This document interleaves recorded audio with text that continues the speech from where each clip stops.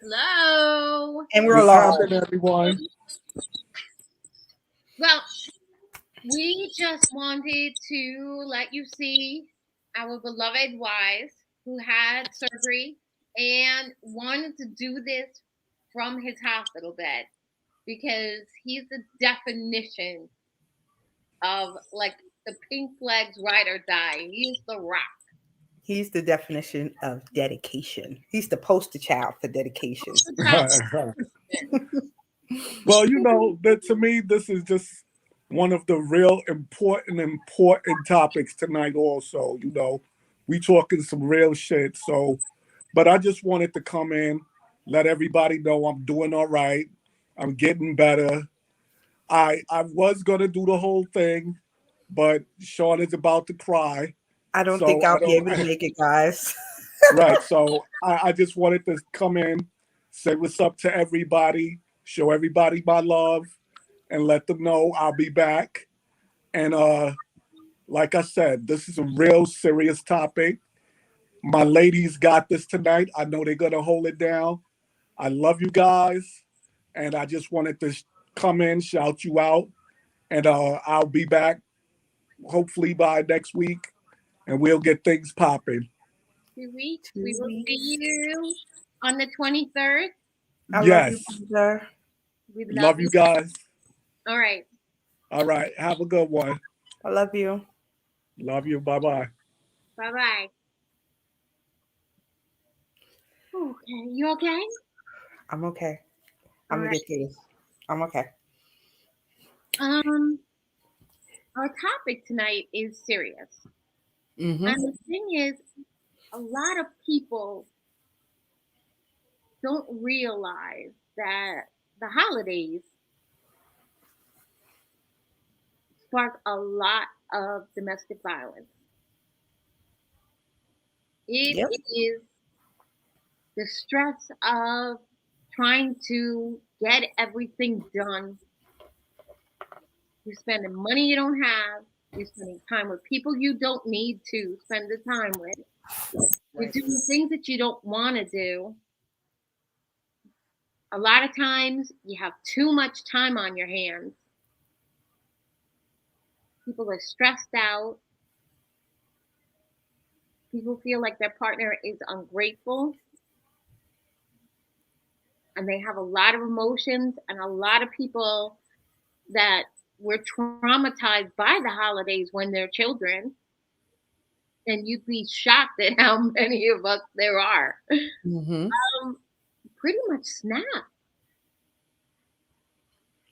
Yeah, Yeah. this is definitely a hard time, and the flip side of this, I feel like, is that we're kind of coming out of we're kind of sort of, we're still in the pandemic, but we're coming out of lockdown, and all of those people who was in the pandemic and Christmas and the holidays, it was even higher then, than now. So this is definitely an important topic, an important time, to talk about domestic violence and things of that nature. Yeah, at least now people are a little more free. I think last year, um, Stuck in the house. stuck in the situation. Um, and I've mentioned it before. Like, I'm an advocate that will meet you at the emergency room if you have been assaulted um, by your partner or you're sexually assaulted. Um, and I've been trained for many years to do this. And it's kind of like there was so much of it going on a year ago and so little of it actually Mhm. reported Right. that at least now, people get to,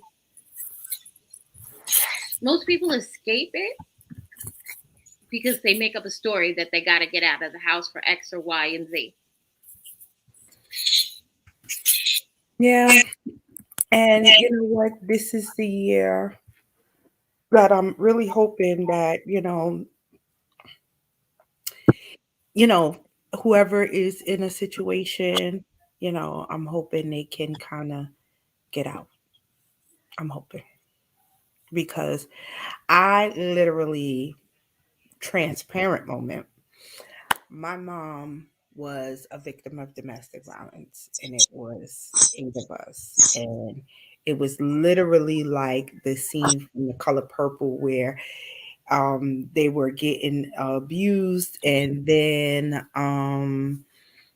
like she was having babies, and my mom was having babies, and we was her partner was on drugs, and we would literally get up, he would get drunk or use drugs, and he would come home, they would fight, we would get up, we would leave and stay gone for a couple of days at a family friends, and then she would go right back, and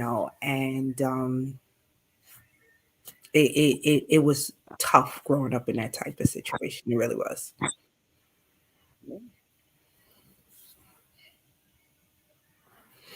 So it's like, it's like the thing that, I'm grateful for is like, I think my mom have 7 daughters, and you know when you tend to see domestic violence in your home, sometimes you get into relationships like that as well.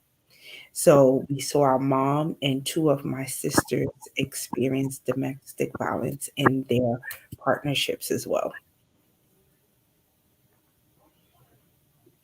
So I'm definitely grateful that, I have not experienced that.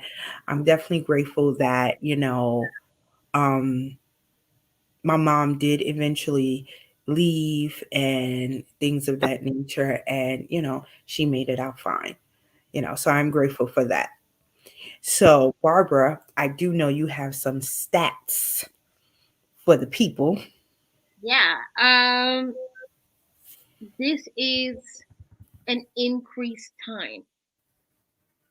This is a time of great increase. And with the holidays, a lot of it hinges upon financial stress, the increase on prevalence of alcohol and drugs in social occasions. Mm-hmm. I mean, we've all, the stereotypical, the man is out with the boys or the woman's out with the girls, comes home nice and lit, and everybody's loose. And don't get me wrong, because it's never acceptable. No matter how loose your mouth gets, it's never, you are Nope. never a provocateur of physical violence. Right. But, you have people that have had too much, they're overserved, and they just come undone. And the next thing, you've gone somewhere that you can't ever come back from. Right. The one thing that I learned was that eventually, no matter how many times you think that you forgive your partner, eventually you will have to leave them. If someone is hurting you, eventually you will have to leave them. There is no action that you can do to make it change. Right. They can take actions and make a change,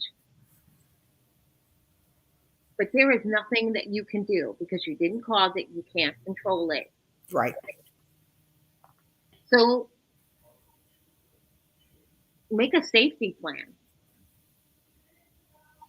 The best thing that you can do, get copies of your birth certificate, get your passport, get your kids' birth certificates and passports, and all that stuff. Even if you have to report them missing, and have new ones sent to a post office or your mom's house or your sister's house or your bestie's house. Do those things. Get an extra copy of your Social Security. Put it somewhere safe. Mm-hmm. And if you don't know somebody that makes you feel safe, go to an organization that helps women get out of these situations. Because don't be a hero. Don't think you could leave anytime that you want to. Don't think that you can just extract yourself. Because by the time somebody physically abuses you, you are way hurt in every other direction. Right. You're Right.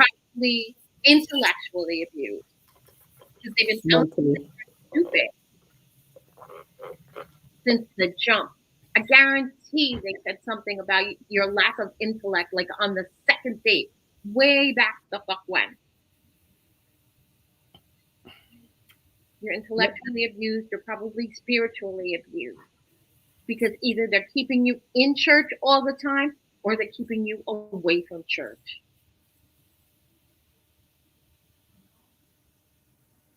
You're probably isolated from your friends and family. But I'm sure you can hang out with your mother-in-law, your sister-in-law, his best friend's wife. All of his people. Mm-hmm. All his people. But your people are going to get iced out. Not her, not her, not her, not her. They're all going to be a problem. Yeah. He's going to see everybody as a problem. Everybody. Mm-hmm. Your homegirl that you've been best friends with since you're 8, all of a sudden, she's a whore Babylon. She's a compulsive liar. You're right. Oh, and I'm sure she's a whore. Yep. I haven't met her, but trust me, she's a whore. Right. Yep. And you just start to take the path of least resistance. You start letting these people go because you can't take the pressure of arguing it away. And that's like part of the thing. And that turns into gaslighting. Now you've surrendered your own mind.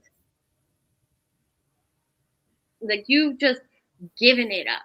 Like, fine. You live to make him shut the fuck up. And then you move on. And you live to not get hit.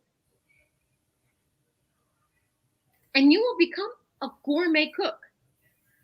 And you will learn to fuck like a French whore. I'm not even exaggerating. Right.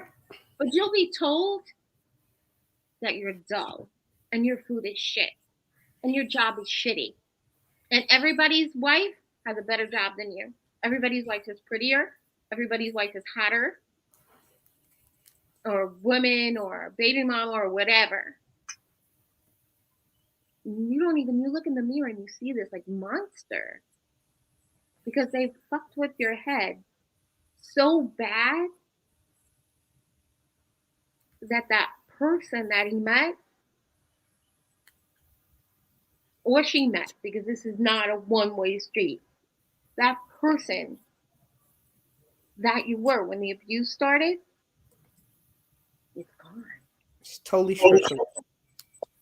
Yeah, there's nothing left. And it's like, if you go back, if you've ever left an abusive relationship, go back and look at the pictures. Look at how much happier and fresher your face looks now that you're free. You're probably right. Yep. It's true. You know, you just look like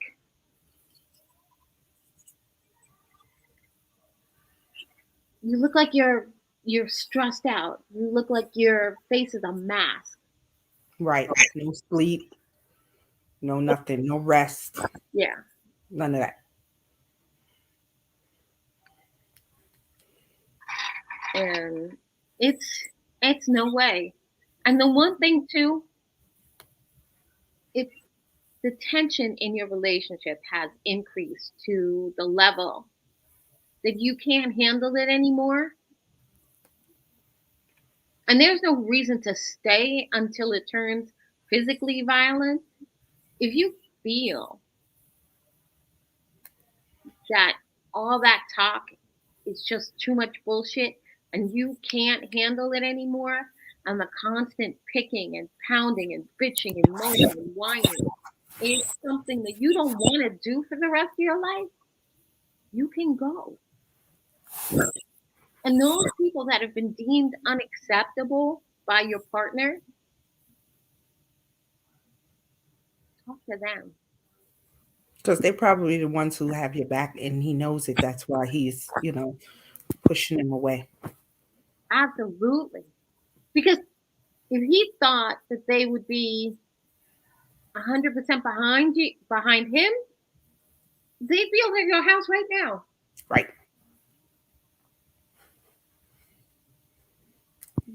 It makes like this. He makes like he or she make it so that they are the center of everything. And you're just like some little planet that revolves around them. And you can break the cycle, break the orbit, go on about your business. And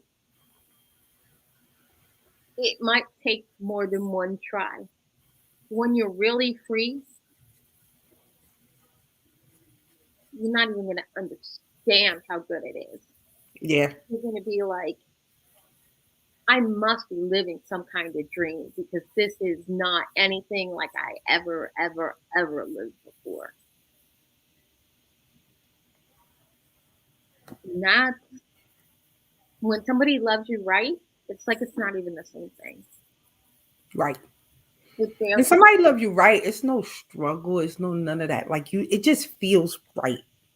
It's just no. Like I feel like when you're loved correctly, it's no second guessing. You're gonna know. You're gonna know. You're gonna feel it. You're gonna wake up every day, like really, with this renewed type feeling. Not saying that all relationships don't have its problems, but even if you do have problems, you know if that person truly loves you and is loving you correctly, even with the problems. It's going to be, you're going to feel things differently. It's going to feel comfortable. It's never going to feel forced. Right. Right. And if you feel like you're doing too much, you can say like, hey, I'm doing too much here. And the other person was like, no, I don't want it to be that way. And they'll like snap back. There's no, like when you're in a bad relationship and you're like, I'm doing too much. Oh, you're not doing enough. That's because you ain't doing shit. You ain't doing shit. Right. Right. And when you're loved correctly and you're like, there's too much for me. Like my anxiety is all over the place, and I'm anxious and I'm feeling crazy, and work is getting to me. They won't want you to be like that. They will want to provide the comfort. They won't want you to escalate. They won't want your emotions to get out of whack. Right. But yeah, go take a nap. Go get your nails done. Go get your hair done. Go hang out with your friends. Go to the gym. Go do you. Yeah. And come back feeling renewed and happy and everything like that. That's yeah. It's true. Yeah. And that's kind of like, that's things that you just, you can get used to that real quick. Yeah. Yeah. That's things you need to feel safe. And feeling safe is one of the biggest things that when I'm evaluating my relationship, I like to always feel like, do I feel safe? Because when you feel safe, there's no other feeling in the world. When your partner makes you feel safe, then everything else I feel like can be worked out. One time we were in Manhattan, in 2017. We're like about midnight.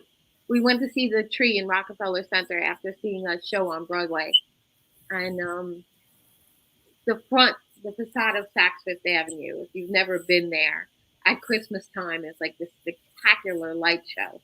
And Mhm. it's half a block from, um, it's about a half a block from the Rockefeller Center Christmas tree. Mhm. So right there. And there was a lot of people, and I started filming. And Dave moved the French stanchions, which are those gray barrier things that you see all over New York in the holidays.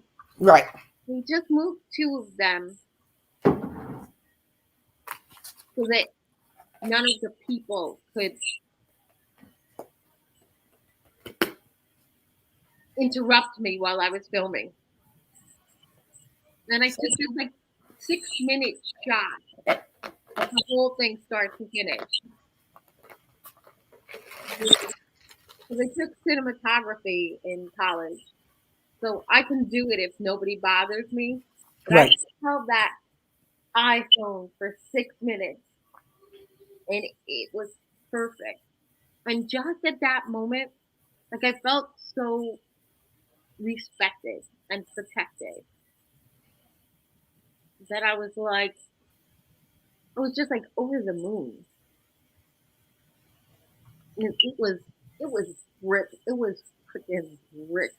And I stood there still as a stone for 6 minutes holding that iPhone with no gloves on. Like, No gloves. Yikes. no, I can't create with gloves on. Right. So I was creating.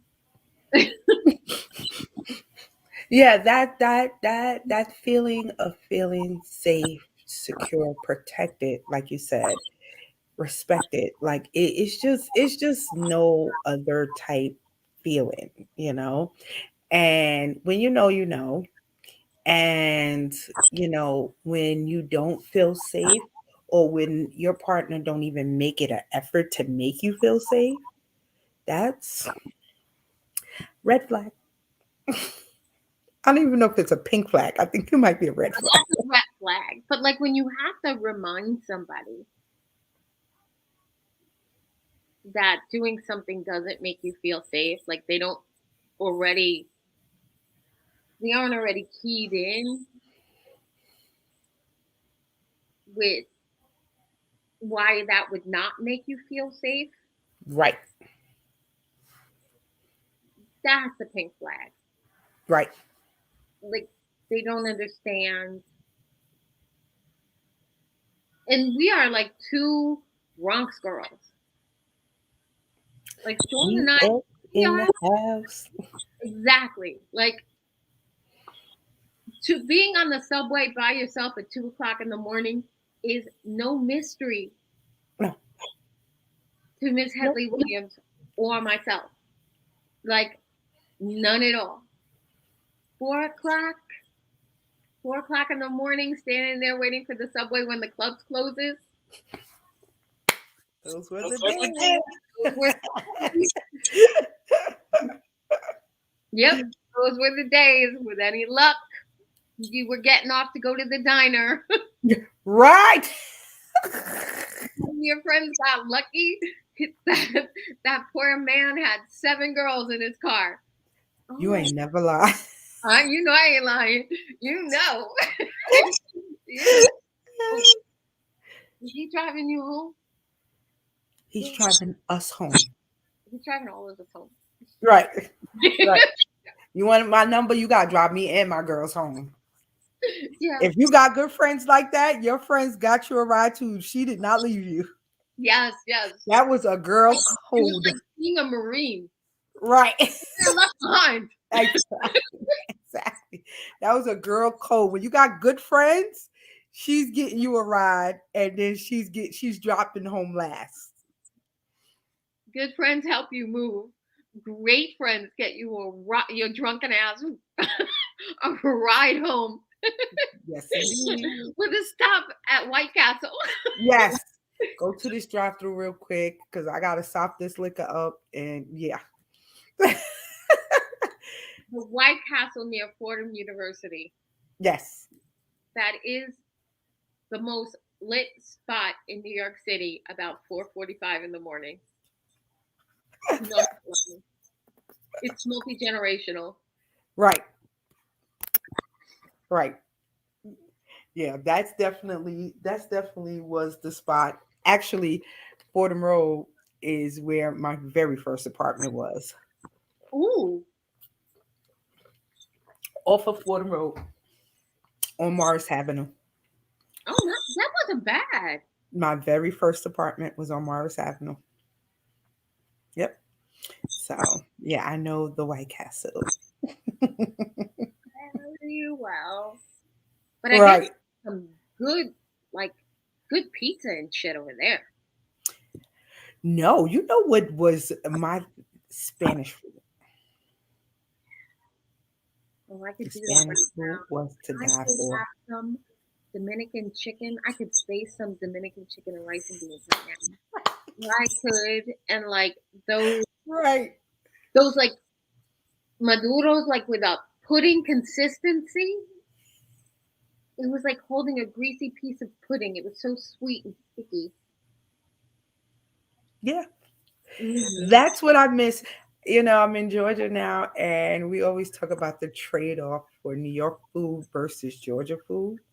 You got barbecue. That's it. That's all you got. No, and it's so funny. I had this conversation today at work because we were short staffed today, and my one of my staff members was like, "Oh, Miss Shawn, what are we eating?" I was like, "Y'all don't got no Chinese restaurants close by? Like, what the heck?" They don't. They probably have pretty decent Vietnamese restaurants, though. I don't know. I would try it. You think so? Yeah, I'm like, I miss my Thai. We was always with the Thai food. I miss my Thai restaurants. I miss all these things. Like it's just like, oh my gosh. Like it's such a trade-off. I love it here. I don't see myself going back to New York. First of all, New York and Los Angeles, I believe this week was listed as the most expensive place to live. So I doubt if I will be ever going back to New York City, but I miss my New York City food.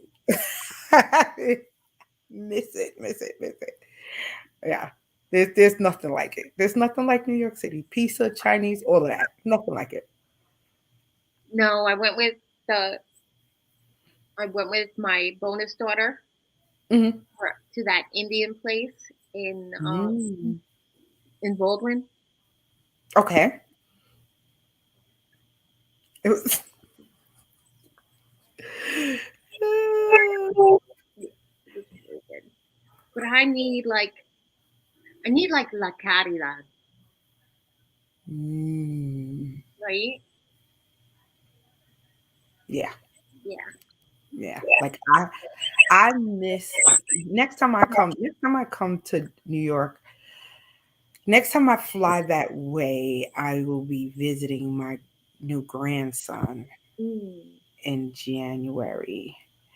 But I need to like make it a weekend so I could eat some good food.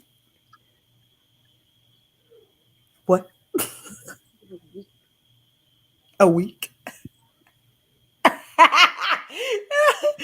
First of all, if I make it a week, my boss would be like, I'm coming to New York to come get your ass. She's the worst. She's the worst. Why? That's Spotify. If you're listening, that's why you need to pick up this podcast. Spotify, all of y'all. Let's get this Spotify, Apple going. Podcasts, Sirius. Apple. Pick us up. All And of that. All of that. All of that. Because, we got some things to say. And yeah, we need this so that we can kind of like, I can go see my friends on a regular, fly on my husband's benefits, and then come back home.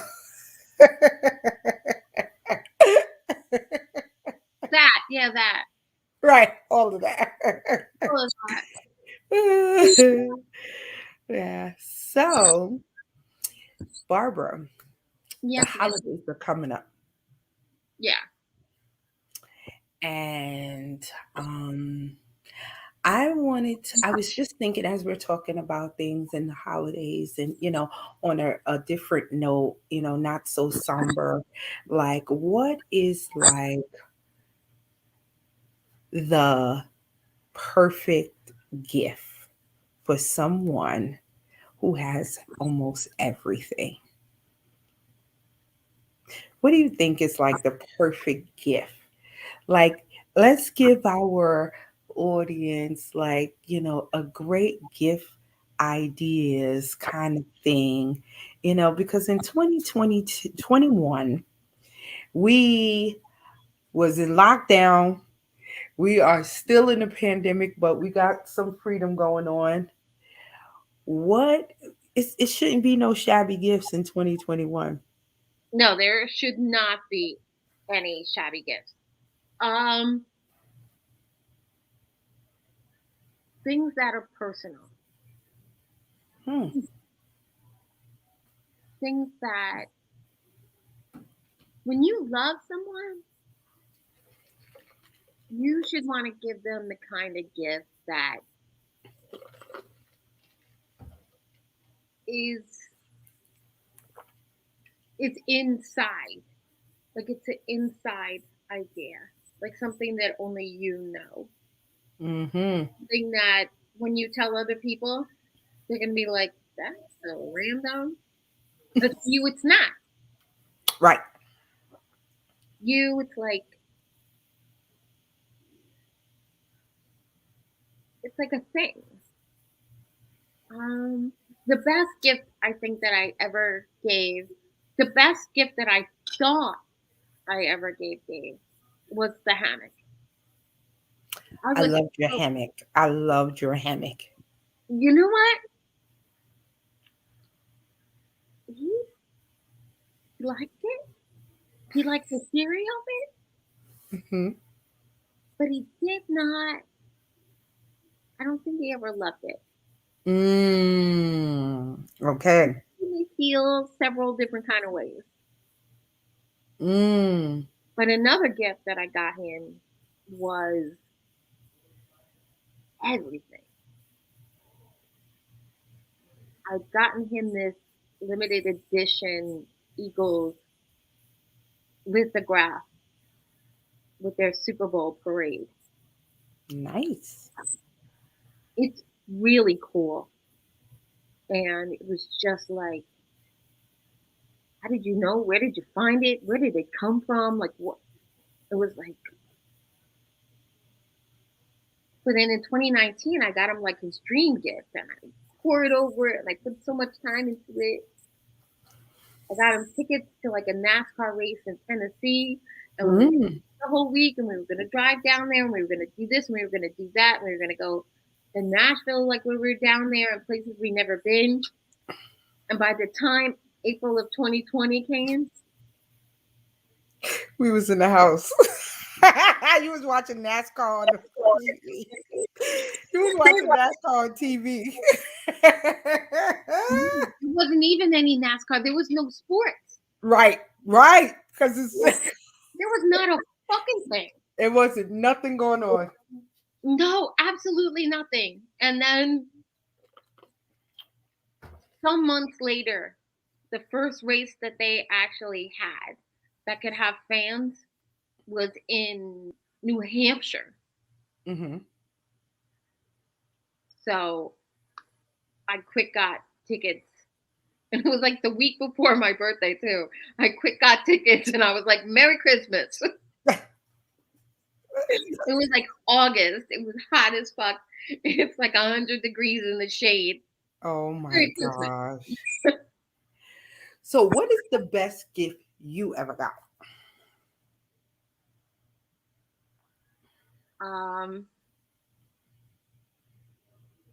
Definitely from Dave. There's not even, it wasn't even anything close. I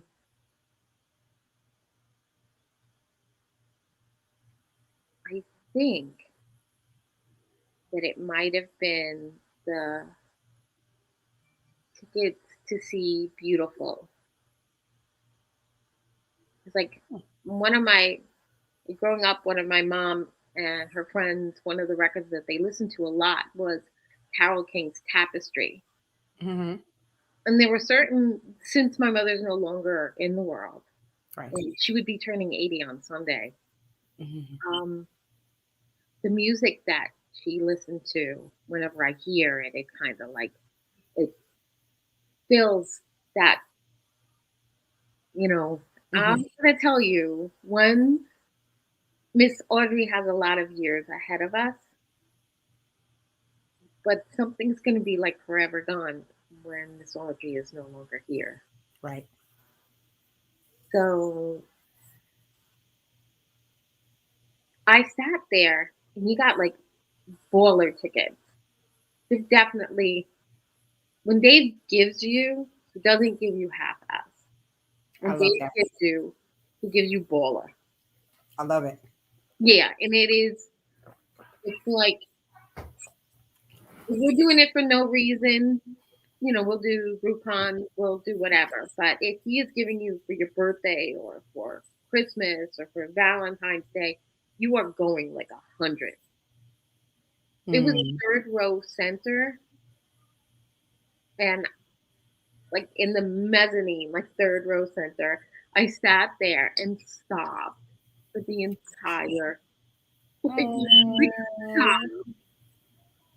From the moment they started the overture until the end.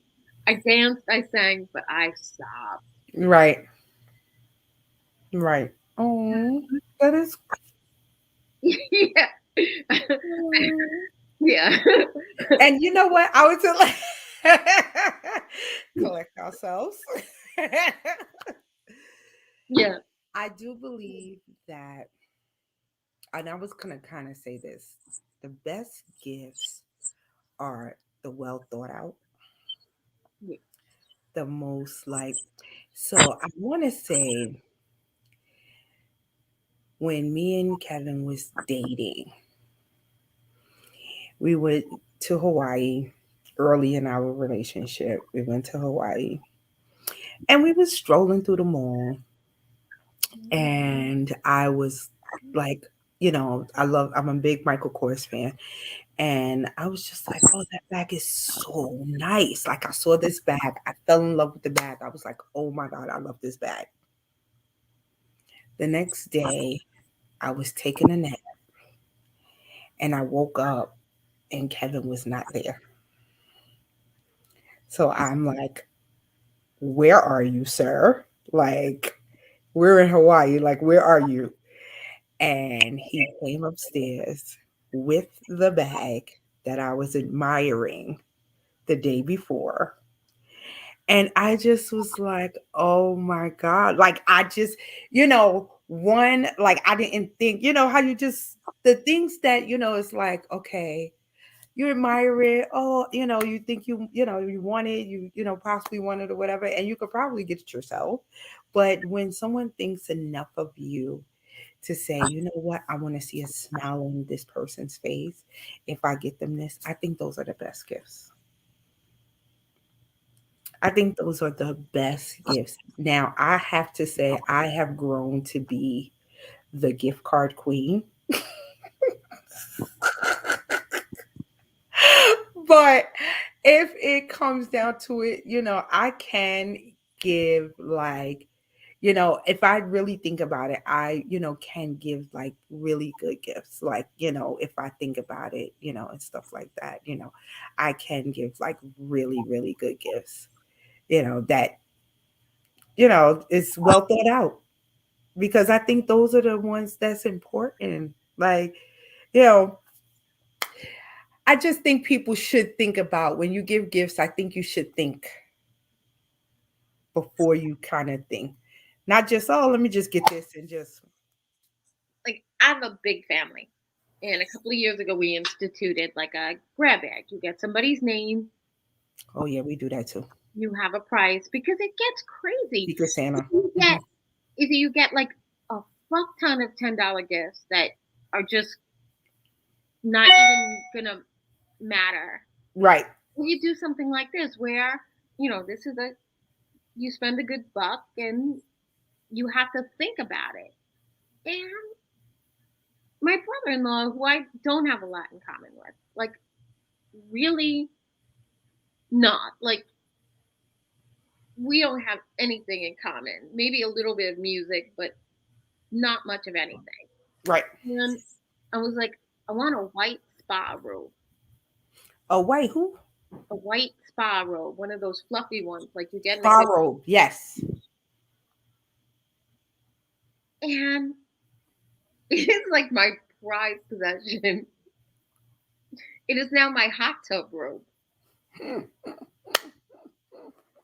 got my waterproof slippers and my big gigantic, and that lost a lot of weight since I got it. So now it's down to the floor, and I look like Bugs Bunny in it. I'm dead. She said Bugs Bunny. Yeah, it is. I got like the sleeves like rolled halfway up, and it's dragging on the floor, and I'm out there going in the hot tub. And let me tell you, thinking of your fluffy robe thing, God rest her soul. My kid's grandmother, she was the best gift giver and card giver in the world. She was like my second mom. If anybody knows this lady means the world to me. You have the So, best relationship with your former sister oh than God, any woman I've ever known. yes, Usually, sisters are kind of like, "No, you did my brother wrong, and you're dead to me." No, they love you with a full heart and both hands. yes, they do. They do. They just, we are still like, They've become my friends. right, right, right. And like me and Linda, my kids aunt, we went to Virginia and we raved about the sheets in this hotel. We raved about the sheets. And for Christmas, her mother brought us both the 1,000+ count thread sheets for Christmas because we raved about sheets. Like, sheets, who would think? Like, let me, No. that is a thoughtful gift. Yeah, no, I have like a fetish level affinity for high thread count, 100% cotton sheets. Like, Mm-hmm. I have an almost fetish level. And the crisper, the better. Like, I don't want them to be soft. I want them So good on your body. yes. You giving somebody 1,000 count sheets is like giving somebody the gift of rest. Yes. Rest. When you give somebody the gift of rest, the gift of comfortability, like you said, like your robe, like some fluffy slippers after a long day at work. Those, like, just those types of gifts are like so important, like you wouldn't believe. I just think that it's just like the gift of comfortability or rest, hands down. Like I'm a million% with that. Like the gift, giving somebody comfort. You are giving someone comfort. And it's like a lot of what we talk about is like reactions to trauma. And when you give someone comfort, And this is definitely something like if you're listening now and you're wondering about what to get for somebody, especially after the last 2 years, get them something comforting. Because and I think that's a great idea because most of the world now suffers with anxiety, depression, and all of those things, which ties into just the domestic abuse and everything like that. And I mean, when you have anxiety, I know I am a victim of anxiety because of the whole pandemic and everything like that. And I do know sleeping in comfort helps me with my anxiety and it helps me calm down and bring myself to a calm. So, yes, that is a great gift idea. Yeah, definitely. If you're wondering what to give somebody, give them like a comfortable pair of lounge pants for the house or like some good sweatpants Ooh. that they could like actual sweatpants that they could wear out. Mm-hmm. Mm-hmm. Mm-hmm. Mm-hmm. Get them something warm, something that feels soft. Because the first thing that they tell you when someone who's been traumatized goes to the shelter, when they do intake, surround them with soft things. Hmm. And sit back and relax. Like sit them by themselves in a comfy chair or a sofa with pillows and throws so that they can feel, so that they can self soothe a little while they're Right. trying to talk about what just happened. Right. And you know, we're all in this together. This has been, even those people that have not experienced domestic violence, we've all been through some deep level trauma in the last 2 years. And give your loved ones the gift of comfort, the gift of soothing. Because what else is there really? You said what? What else is there really? If Right. Like, I you think, express your love and gratitude and affection for somebody, give them the ability to self-soothe. just sometimes it's the simplest things that counts when you are gift giving or accepting a gift. Sometimes it's just the simplest things, like you said, like a fuzzy pair of slippers after a long day of being on your feet, like those things, a comfortable pair of pajamas. Like those things are just like everything. So, I just think those things, and because we've been through so much as a nation in the past couple of, 2 years or whatever like that, I think, just putting thought into something just to show you care because life as we know it, life been too short. It's really short now with COVID. Like it's like, believe like I mean, people are still dying from COVID. This is not where we experienced a large amount of people die and it's over. People are still in the hospital dying from COVID. Life is too short. Like when my one of my staff members got COVID recently, I was just like, are we still getting COVID? Like, this is a lot. Like, this is a lot. Like they keep canceling Broadway plays for like a day, 2 days, a week. Oh, because people been showing up with COVID. People don't even care. People are so ready to get out the house. They're gonna show up half dead just so they can be out the house. That is insane. Because it's insensitive to other people.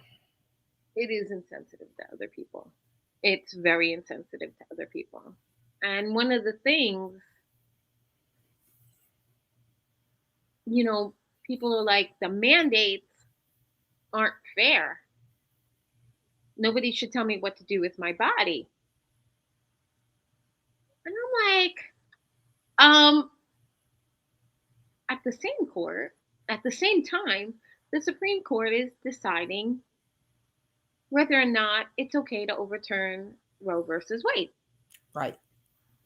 So me asking you to wear a mask at the Stop and Shop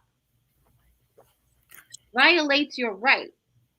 But you asking some 16-year-old who had a mildly drunken one-nighter with a high school basketball player to carry a pregnancy to term does not violate her rights? Yeah. Ridiculous. Ridiculous. Yeah. And that's kind of like, I mean, that's a different soapbox for a different episode for a different day. Right. Right. But that also leads me to, like, along with providing comfort for people that you care about, and maybe try and provide some understanding. Maybe get something or give something that you otherwise wouldn't.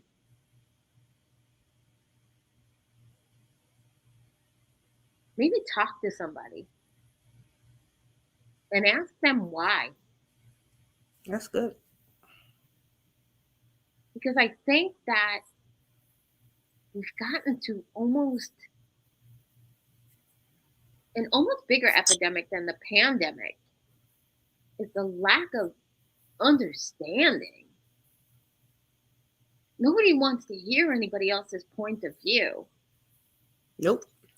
I mean, I get a kick out of, like, a really good friend from years ago post stuff on Facebook all the time and I find their opinion to be complete and utter bullshit.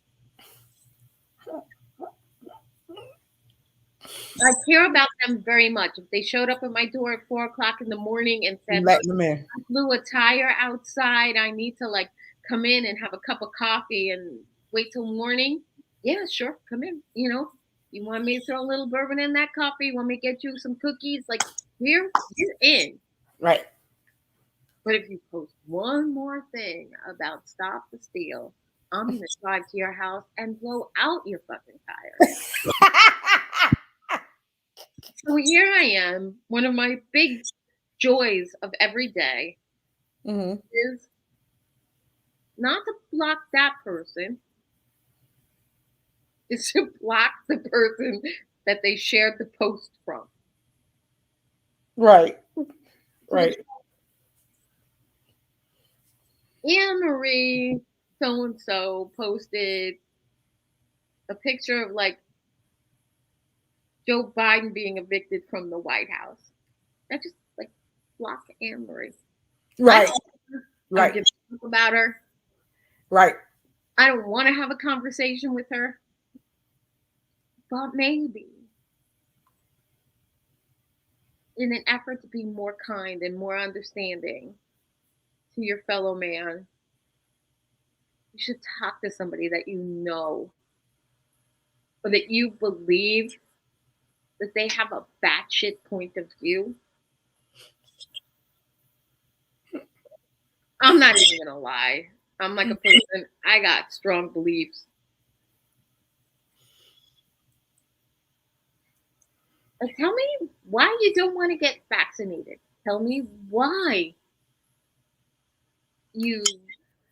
Yeah, that's a whole nother. Yeah, look, that's a whole nother story too. That's a whole nother topic as well. Like, people really are believing into, just because I listen to you. Right. But like Dave didn't have a single day off during the whole pandemic. Like, he did not have 5 hot minutes to himself during the whole pandemic. He didn't get an extra vacation day, nothing. Damn. And he talks to people every day. Like, and he tells me what they thought, what they didn't think, what they believe, what they don't believe.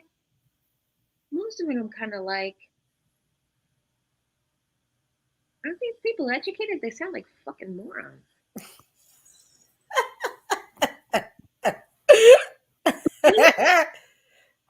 He has the ability to, like, none of us have this anymore.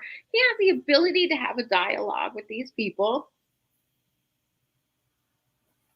and walk away from it, not tell them to shut the fuck up.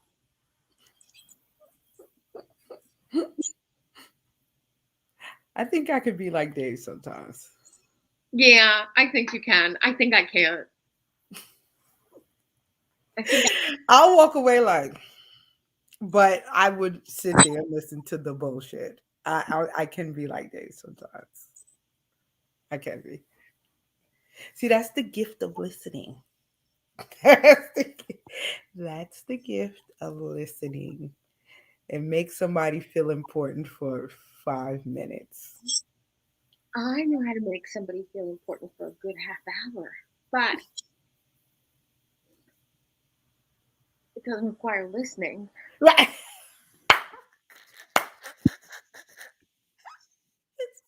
Listening cheaps. Right.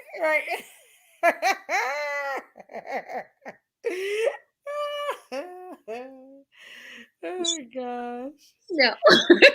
Oh gosh. So,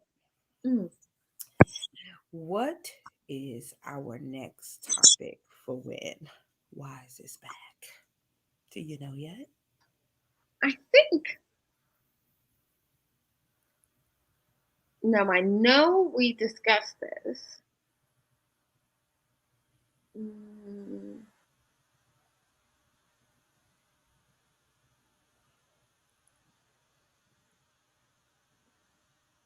Self-love. How do you achieve it? How do you implement it in your day? And all of that. On that note, I'm going to say one thing. I got stuck when I watched the first 2 episodes of the new Sex and the City reboot. Oh, really? And you know what? I got to catch it. You know what? I'm of that age. Mm-hmm. It's like they are kind of like my age, and it was such a big thing when I was in my 30s. Mm-hmm.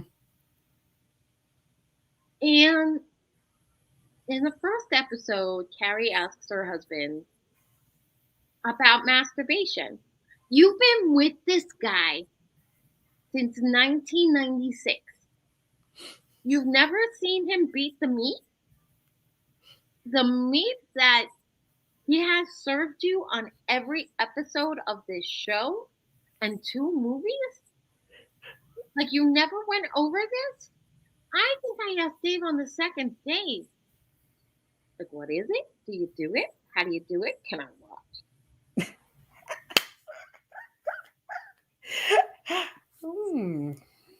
You just gave me some ideas. You want to do this? Is it me? Like, no, it's not. No, you know it's not. I'm the biggest proponent of self-love. I remember when my younger son asked one time, he asked me and my ex, we were eating, and he was like, "You masturbate?" What? Yeah, he was like 10, 11.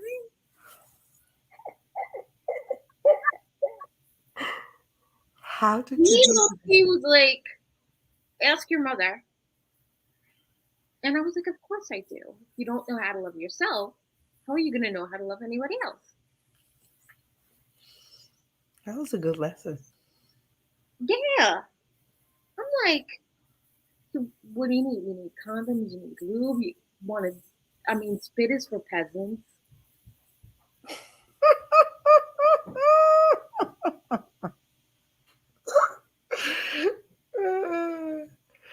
Oh gosh.